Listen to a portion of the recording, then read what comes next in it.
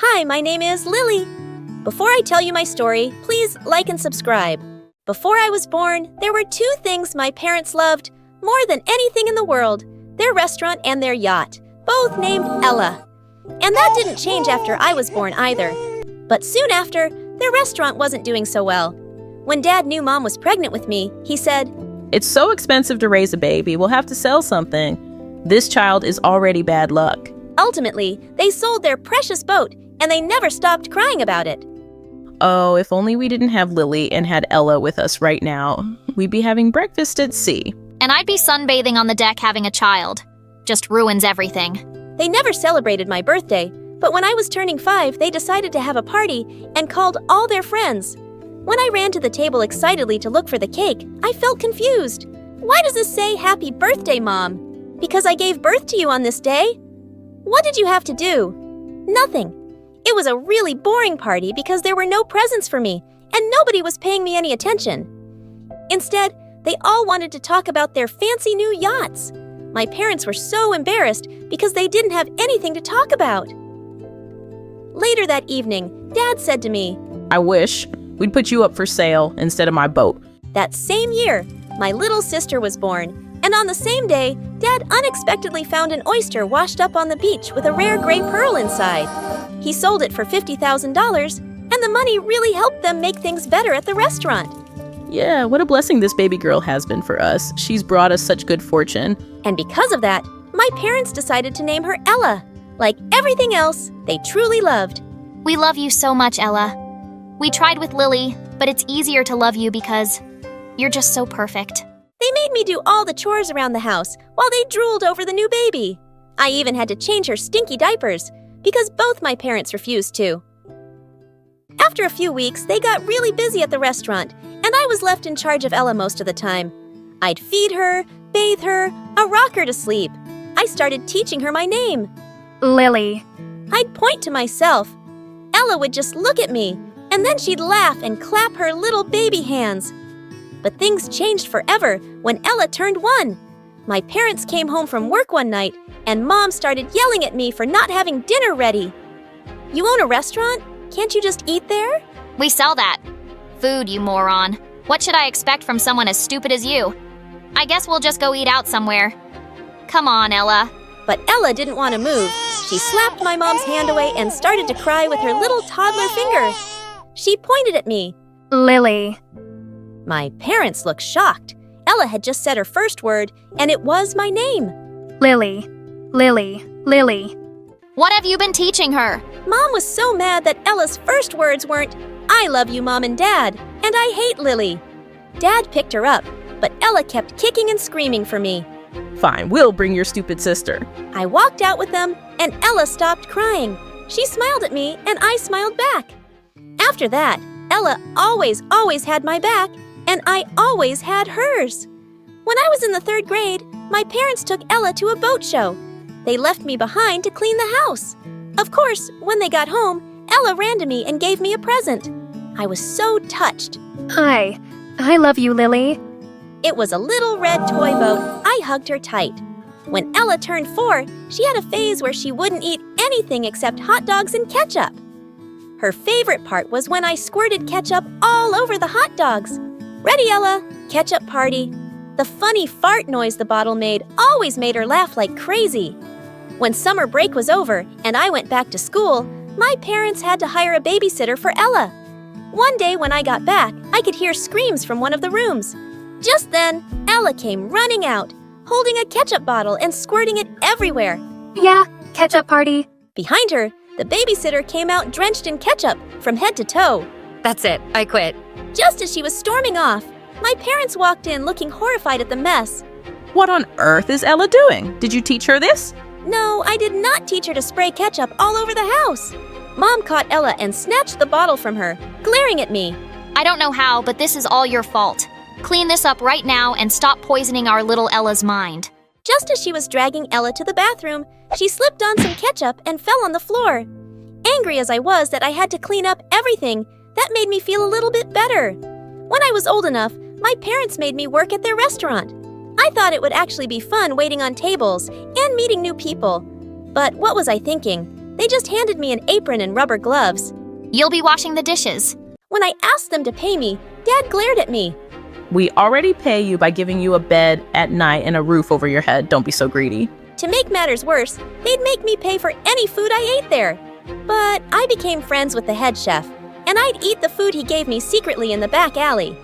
One time, he came out to hand me a bowl of mac and cheese, and just then, we heard someone coming and he dove behind the garbage can. It was Dad. Where did you get that, Lily? I took it out from the garbage. Do you want some? He looked absolutely disgusted and was about to walk off when he spotted the chef. I knew it was you, thief. You're fired. Of course, a few years later, when Ella started working at the restaurant, Mom and Dad got her the cutest uniform and let her greet the guests as they walked in. The restaurant is named after her. She should be the face of it. No, you named her after the restaurant and your stupid boat. Oh, my boat. Every time I look at you, I miss that boat. Now get back to work. Of course, Ella could order anything off the menu, but she still always had my back and she'd sneak me half her meal. One night when I was eating lasagna at the back of the kitchen, Dad suddenly walked in and he accused me of stealing. As he snatched my plate away, Ella came running in. She works hard and she deserves it. No, she doesn't, Ella. You work hard for your meals, not your ungrateful sister. That was the final straw. I was done being insulted by them. The next night was one of the busiest ever, and the kitchen was chaotic. I had Dad screaming at me every 5 minutes. Lily, hurry up. We need clean dishes. I stopped cleaning them and just gave the dirty ones. Once back to the chefs, they were so busy they didn't notice, and the fresh food went out on filthy dishes. One even had a used napkin on it. The customers were so grossed out, a lot of them left without paying. A food critic was at the restaurant that night, and he threw down his napkin as he screamed, "This is an insult. This would never happen in France." and he stormed off with my parents following him and saying sorry again and again. Of course, he wrote a horrible review. Ella and I found it really, really funny though. We would burst into laughter every time we read it. Ella is the most disgusting restaurant on earth. Eat your meal from Ella or straight out of the trash can. Same difference. The reviews were so bad that customers stopped coming altogether. Eventually, my parents were forced to sell the restaurant. I hope you're happy now. We can't send your sister to college. What are we going to do for money now, Lily? Did you think about that? Think of all the people who lost their jobs. You should feel awful. But no one lost their jobs, Dad. Everyone got rehired by the new owner. In fact, I'm also still working there, and I got a raise. I skipped off before Dad exploded. I knew I wanted to go to college, and living by the sea had always made me want to study marine biology. I got a loan, worked part-time, and put myself through college. I graduated at the top of my class and got a research job. I would spend days at a time out on the water, and I loved it. With the money I'd saved up from work, I eventually bought a cute sailboat. I could see my parents turning green with envy. I offered to take them around for a spin, but they refused to go with me. When Ella hopped onto the boat excitedly, she asked, Have you named it yet? "No, but what do you think about the Lily Ella?" Her face lit up. I really like that. And just like that, the Lily Ella set sail for the first time. A few days later, Ella came to me with a poster. Yeah, we should enter this contest. It was a sailboat race, coming up in a few weeks, and there was a grand prize of $100,000. You think we can win? I know we can. As we were practicing one day, I was shocked to see my parents had a sailboat too. Dad yelled out to us, Guess what? We entered the contest too, borrowed the boat from a friend. "But why?" Oh, he thought it would be fun to beat you. We spent years on the water before you were born, Lily. You'll never win against us. It was the morning of the race, and Ella and I were getting everything ready when we noticed that something very important was missing. Our sails. How are we going to race without them? The race started, and everyone got off to a huge head start. I could see my parents pointing and laughing at us from the water. Good luck without your sails, Liliella. Of course they'd sabotaged us. Just then, Ella came panting behind me, dragging some disgusting sails. I found them in the garbage. They smell so gross. We set them up, caught a big gust of wind, and took off. We were pretty far behind the other racers, but Annabella was a speedy little thing, and we'd been practicing a lot. We quickly caught up to the rest of the pack, but our parents had a big lead. The finish line was fast approaching. We'll never catch them. We're too heavy. I turned to see Ella strapping on a life jacket. What are you doing? Win this race, Lily, for me. And with that, she jumped over the side. I knew she could swim like a mermaid, so I wasn't too worried about her. I immediately picked up speed after she jumped off. I turned around to glance at her once, and she yelled at me. Ketchup party? What was she talking about? I was right behind my parents' boat, and the finish line was only 200 yards away. That's when I saw a big squirt bottle of ketchup on the floor of the boat. You'll never catch us, Lily. You'll always be a loser. It's time for a ketchup party. And with that, I got close enough and aimed it straight at Dad's face. He couldn't see anything, and his boat ended up getting stuck between two rocks. I could hear Mom and Dad yelling, but I went even faster and crossed the finish line. Ella ran up to me and gave me a huge hug. We won. We won? We are rich. A few weeks later, the Liliella and its victory was trending on the internet. We were invited to race all over the world. Eventually, we bought a bigger boat with our winnings, and even though my parents had always been so mean to me, I bought them a boat too, to make up for the one they'd sold all those years ago. And I keep the red toy boat Ella got me as a present, right by the wheel at all times.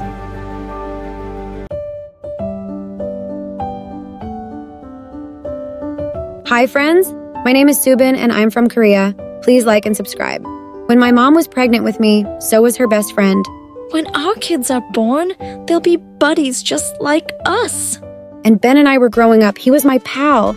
One time, Ben and I were playing and he was running after me. Then he accidentally nudged me and I fell down the stairs. I hit my head. But before I could cry, Ben started wailing.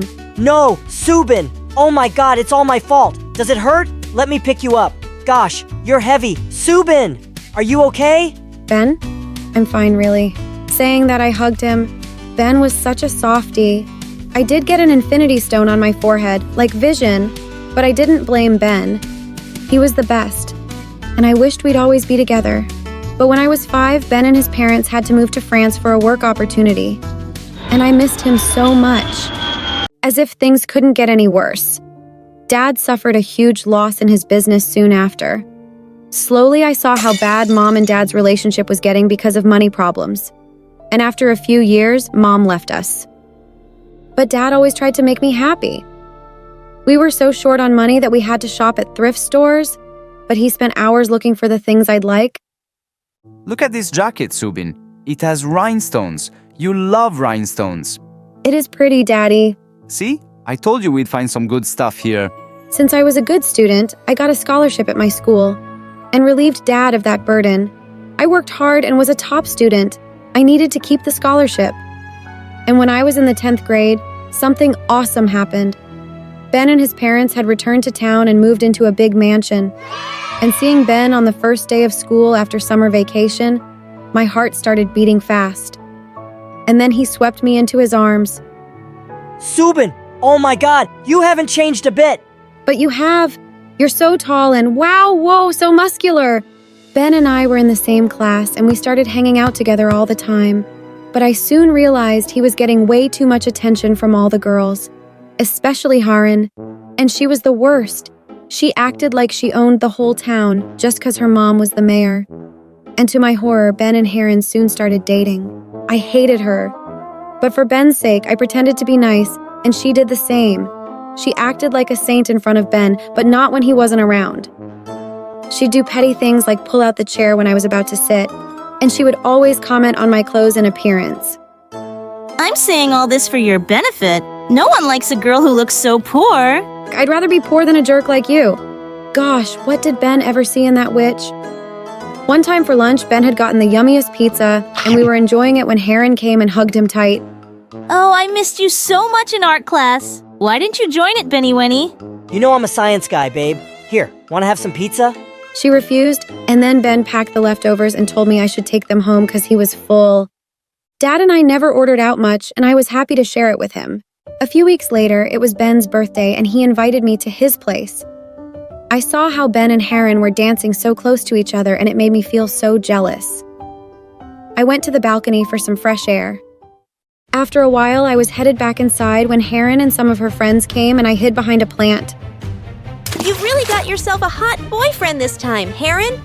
Yeah, he's totally wrapped around my fingers. He adores me and gives me the best gifts. There's just one problem. His miserable beggar friend. Oh, I really hate her. You know, Ben cares for her so much that he gets her favorite pizza for lunch every day and pretends to be full so she can take the leftovers home. He really pities her and she has no shame. She could probably live on his charity forever. Why would Ben tell her something like that? What? So pathetic. Wiping my tears, I just ran back home. After that date, I sort of ignored Ben, even though he asked me if something was wrong a million times. I just didn't need his pity or his charity.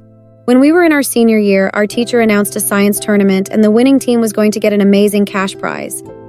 Dad and I could always use the money, so I immediately signed up for it and I was paired with Ben. I tried to get my partner changed, but the teacher said it was final.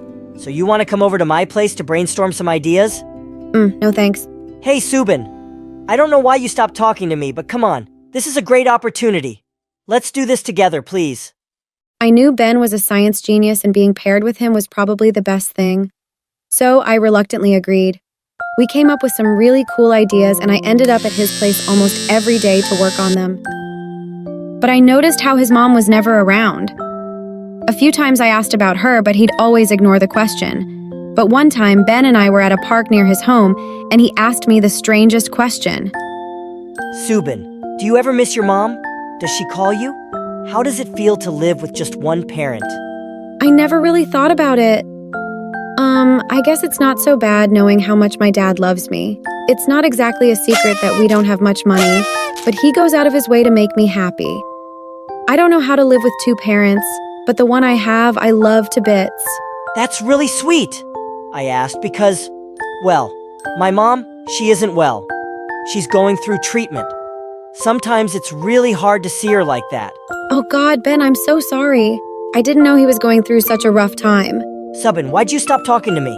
Taking a deep breath, I told him what happened at his birthday party. Subin, Heron kind of twisted my words. Yeah, I told her you guys were going through a tough time, but because you're my friend and I care about you, not because I pity you. I'm sorry. I shouldn't have discussed it with her at all. Saying that he came close and swept my bangs aside. You still have the scar. I was so scared that day. I'm so sorry, Subin. Hey, it was a long time ago, and it kind of reminded me of you. When you were away, Ben looked at me like he might kiss me, but he suddenly snapped his fingers. Bazinga! I just got a brilliant idea for our project. And he sure did. Just a few more adjustments and our model worked. We came first at the science competition, and Ben gave all the prize money to me, saying I did the hard work. It wasn't true, and I knew he was just being kind. Why did such a nice guy have to be with Haran? But then Ben told me one day that he was going to break up with Haran soon. My heart was jumping with excitement, but I pretended to be sad. And when Ben broke it to Haran, the girl had a complete meltdown. She took a bat and smashed all the notice boards around the school during her psycho rampage. Haran suddenly spotted me and was coming right at me, but Ben stepped in between. Stop making a fool of yourself, Heron. It's over. You're doing this because of her! Because of this poor, ugly bimbo! Subin's my best friend, and she's special to me. Don't insult her again. Haran stomped off furiously, and I was left dazed. Ben just said I was special to him. Whoa. I was on cloud 9, and I just needed to confess my love to my best friend. I didn't have the guts to say it to his face, and we didn't have phones, so I wrote him a letter. Dear Ben, I saw you for the first time in kindergarten, and I've had a crush on you since. What I really want to tell you is that I love you a lot. Subin. During recess, I slipped the note in Ben's bag, but for some reason he got called to the principal's office in the last period. I kept wondering if he saw the letter, and when I got a reply the next day in my locker, I almost had a heart attack. Dear Subin, I love you too. I was going to tell you, but I didn't have the courage. Let's meet at our spot tonight. I can't wait to kiss you. Ben. It was like all my dreams were coming true. Wearing a new dress, I went to the park and waited for Ben. I was so excited and nervous. But suddenly I felt someone pull my hair and I landed on my butt. Heron! Oh, a new dress for Ben! Ha ha ha! He ain't coming, sweetie. He showed us your letter and we're all in fits. What? You're lying. Oh no, I'm not. You really think he'd leave me for some poor beggar like you? In your dreams, girl. Haran kicked me and suddenly I saw red and I pounced on her. but her friends got me off of her, and then they all ripped my beautiful dress. I felt so furious that I punched Heron square in the jaw. What happened next was a disaster. Heron called her mom and made up a whole story about how I attacked her for no reason, and her mom made a case of assault against me and actually sent me to juvie for 2 months. My dad was devastated, and so was I. Even worse, Ben never showed his face, not once. Coward! As soon as I got out, Dad and I left town. After weeks of interviews, Dad finally ended up finding a decent job, and I worked as a waitress too, while I studied in a community college. 4 years later, I graduated with a law degree at the top of my class. Luckily, I got hired by a law firm, and just a couple of years later, I became a junior partner. One day, I read a piece of news that filled me with joy. Haran's mom had been arrested for corruption during her time as mayor. The whole family was being publicly humiliated. They deserved it. Sometime later, my firm asked me to set up an office in my old town, and I was kinda glad to return. I wanted to show everyone what I'd made of myself. One day, I was busy doing some paperwork when Heron walked into my office asking me for a job. Please, Subin, help me! No one in this town wants to hire me or my family for anything. I know I was mean to you. Cruel, you were cruel to me. Yes, cruel and terrible. Please, please forgive me. After Haran begged for a job for days, I finally let her be my personal assistant. And she had to do literally everything I asked. I really made her suffer for a while. It was fun, but then it wasn't. Seeing her qualifications, I gave her a higher position. Wow, I don't know what to say. Thank you. And this means you've forgiven me? No, not really, but I'm trying to be a better person, better than people were to me. Subin, I never wanted things to go so far with you going to juvie and everything. Mom just got carried away. I'm really, really sorry. After that day, Heron was always nice to me, and so was I. I just didn't want to hold grudges. But one day, as I was walking out of a coffee shop, I bumped into a guy. It was Ben. Oh my God, Subin, I've missed you. We need to talk. Suddenly, the memory of him giving my letter to Heron came rushing back. No, stay away from me! But the next day, there were tons of roses in my office and a note from Ben telling me how he wanted to meet at our spot. What a jerk. But this kept happening every day for a week. One day, I got so frustrated that I started throwing them out the window. But Haran stopped me. Subin, I need to tell you something, and it's gonna make you hate me even more. But I have to. Ben is completely innocent. What are you talking about? Ben never got your letter. I stole it from his bag, and I lied that he showed it to me. I made all of that up, and he never showed up to see you because, well, he'll tell you everything. And again, I'm terribly sorry. I drove to our spot in the park and saw Ben sitting on a bench. And I gave him a chance to explain. Turns out the day I put the letter in his bag, Ben got the news that his mom had suddenly gotten much sicker, and he flew to France with her for some treatment. He stayed there the next 3 months, and he said he called my place and wrote me letters, but he never got a reply. And when he returned, I'd already left town. I looked for you a lot, but I had no idea where you were or why you'd left without a word, till Heron reached out to me some weeks ago and explained everything she did. She just told me everything, too. I'm so sorry about your mom. I'm sorry I left without giving you a chance to even explain. It's all in the past. There's only one thing I need to say to you now, Subin. The thing is, I've always... Loved me? Yes! I've always loved you too, Ben, since forever. Hi, my name is Rose, and I'm from Germany. Please like and subscribe to Mila Avatar. I was born to parents who were rich, so rich that we had several maids, chefs, butlers, and drivers who worked around the clock for me and my crazy family. Dad was a genius on the stock trading platform, and Mom was Miss World in 1998. I loved my family, but they were so used to being spoiled that our entire lives revolved around money. Once when I was 7, I wanted to go camping. So Dad hired a set designer to create a camp set in our massive backyard. He also hired a weird mountain man to entertain us with stories and how to make a campfire. Who wants to hear a bear story? Yeah, I do. But my sister Lucy, who was 2 years older than me, had her head stuck in her phone. So our camping experience eventually got boring. And soon after, as I grew up, our family hardly spoke to each other. When I was at school, I was crowned the computer genius. Lucy was popular on social media, and we were both the hottest girls in school. Once when I was in 8th grade, 10 boys asked me and my sister out all at once. These boys were so lame and too desperate for our liking. Lucy and I had a checklist. The guys that we dated needed to be smart, rich, and hot. I wasn't worried so much about the rich part. I preferred intelligent guys, and in my school, all of them were rich but also total smurf brains. And then, one day when I was in the 11th grade, a new boy joined her school and took my title of computer genius. I was kind of jealous at first, but when he smiled at me, I melted, having a huge crush on him. Would you like to go out for ice cream sometime? Will we be celebrating my new title in the school? Don't rub it in. After that, Gregory and I became an item. He drove a Ferrari and seemed much richer than my family because he lived in a mansion much bigger than mine. Once, when I was in the 12th grade, I decided to visit him at his house unannounced. And when I got to his house, his parents acted very weirdly. I'm here for Greg.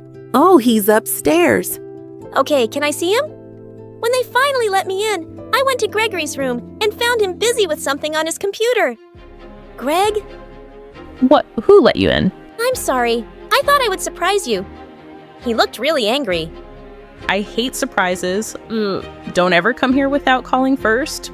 I was so mad at him when I left. I felt like just breaking up with him, but then he came over to my house with flowers. I'm sorry, I shouldn't have snapped at you. Please forgive me. I don't know. You acted so strange. What was more important than me? I was actually planning a surprise trip for the both of us to Thailand. I immediately forgave him. He was so romantic, and he obviously loved me since he was spending so much on me. We went to Thailand just for the weekend, and my parents liked Gregory, so they also trusted him while we were there.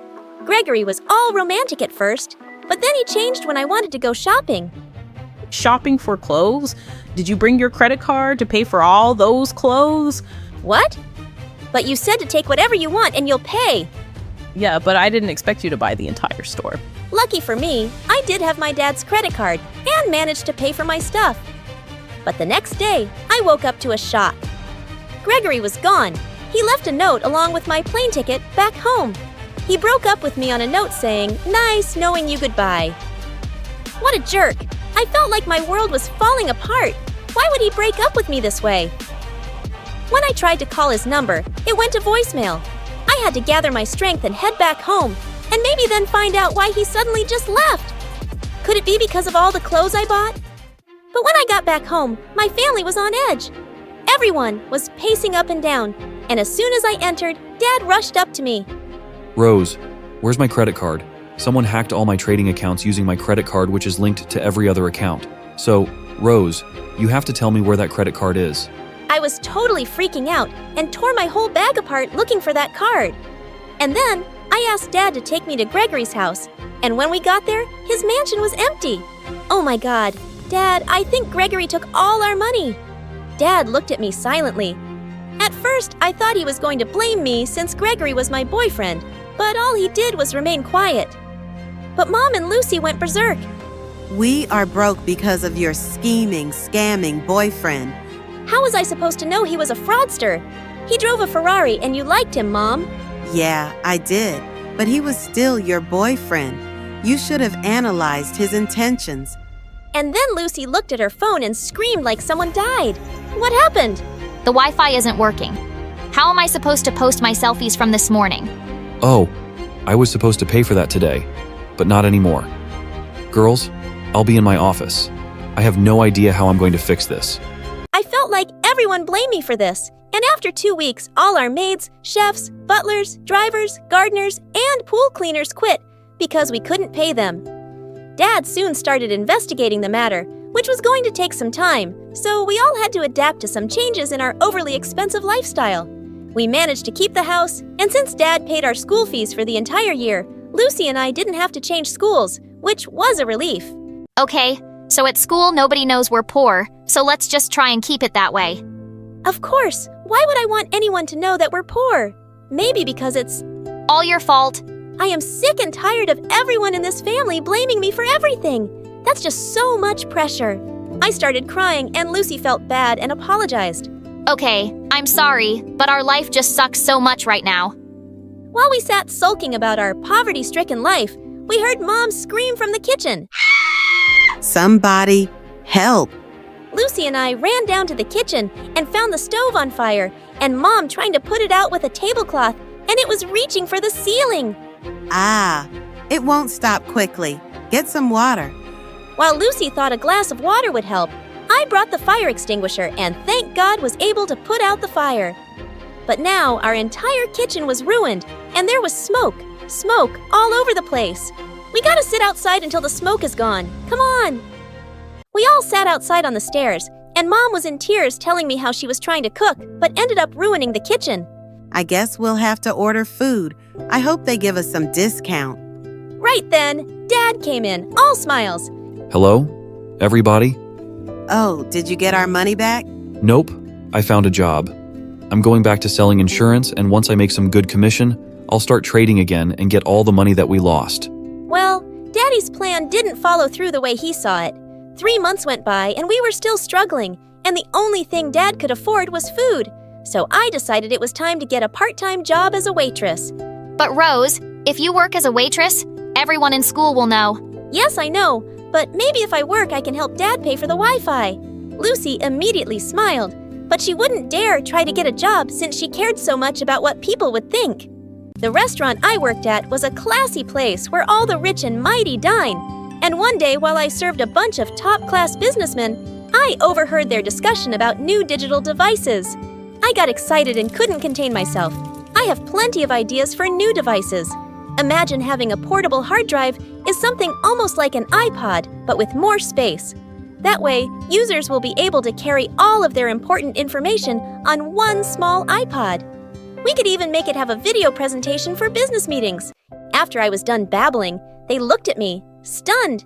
Then the tall man with a big forehead was so rude. You can just get our order, please. I walked away, feeling embarrassed, and then the next worst thing happened when I waited at my next table. They were girls from my school who envied my sister and me all the time, and the worst of them all was Charlotte. Wow, you work as a waiter? Ha ha ha ha, this must be my lucky day. Wait, I have to take a picture of this. Oh, Charlotte, get over yourself. I work here and earn my own money, unlike you, a spoiled brat forever. Ugh, that's no way to talk to your customers. Where's the manager? I want to file a complaint. He's out to lunch, so can I take your order? It was the most dreadful day of my life. But the next day when I went to school, everyone called me Waiter Girl. Since Charlotte posted my picture on Instagram, and during recess, while Lucy and I were minding our own business, Charlotte started being so annoying with her stupid minions. We've noticed that you two bring lunches to school these days. Should we open up a charity fund dedicated to the richest in the school? Oh, let me rephrase. The poor, smelly girls of the school. Shut up, Chatroulette. Lucy got up, angrily clenching her fist, and I calmed her down. Don't worry about her, Lucy. She's just a jealous girl who has no goals. At least my goal is not to be a waiter. Ha ha ha. Yeah, your goal is probably to be a brainless peanut all your life since you get big fat zeros on all of your tests. Charlotte eventually left us alone, but then after school, Dad picked us up in a rundown car, and Charlotte got the entire school to come and watch us get in it. Oh my gosh, where did your dad buy this junk from? At that point, I had had enough of Charlotte's farty face. Just leave me and my family alone. Our financial life is none of your business. Dad was shocked when we got home, and he told us that his contract at work was about to end. So he sold his Land Rover and got us a scrappy car. Life was getting even worse for us. I put on my waiter clothes and got out of the house to work an extra shift. While I was at the restaurant, I found my manager watching Mila Avatar. Wow, you like Mila Avatar? Yeah. Is that a problem? No problem. I was just surprised. There was a guy who came looking for you. He left his number. When I called the number, a part of me was hoping it was Greg calling to say he was sorry and he wanted to give us all our money back. But it wasn't. Hello, you were looking for me at the restaurant.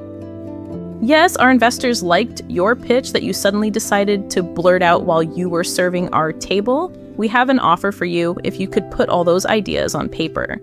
Yes, I can. I left my extra shift. I went home and started putting ideas together for new devices. I didn't want to say anything to my family yet. I just wanted to get the offer first. The next day, I met with those business people again, And I was blown out of my mind when they told me I was going to get $100,000. I was on cloud 9. I immediately signed the contract, and they even asked me to stay in contact if I had any other ideas. I couldn't believe this was actually happening, and when I showed my family the check, we celebrated all night. Rose, you just saved our lives. Does this mean we can get our chef back? Because I'm getting really tired of eating baked beans every day. Not just yet. Dad needs to first work his magic on the trading platform, and then maybe. I was so happy to see my family relaxed again. Lucy wanted us to go shopping the next day, since all of our heels were starting to lose their texture. 2 pairs, and that's it, right? We need to use all this money wisely. Yes, I know. But what if I see a 3rd pair that I like? Lucy! Just before we could head off to the mall, Dad screamed from the living room. Rose, you have to see this. When I went to check what he was talking about, the news was on, and Gregory was handcuffed and sentenced to prison for the next 20 years for being one of the biggest fraudsters in the city. And the parents that he said were his parents were just actors. I felt so relieved. And Dad eventually got a call from the credit card company with good news: all his money would be returned. Soon after that, I completed school, got my degree in computer science, and became the next richest person in our city. And then, one day I even had my own business meeting at that classy restaurant. Can I take your order? Charlotte, you work here now? Yes. So, can I take your order? I didn't laugh or insult her because there's really nothing wrong with being a waitress. We all have to start somewhere if we want to make it.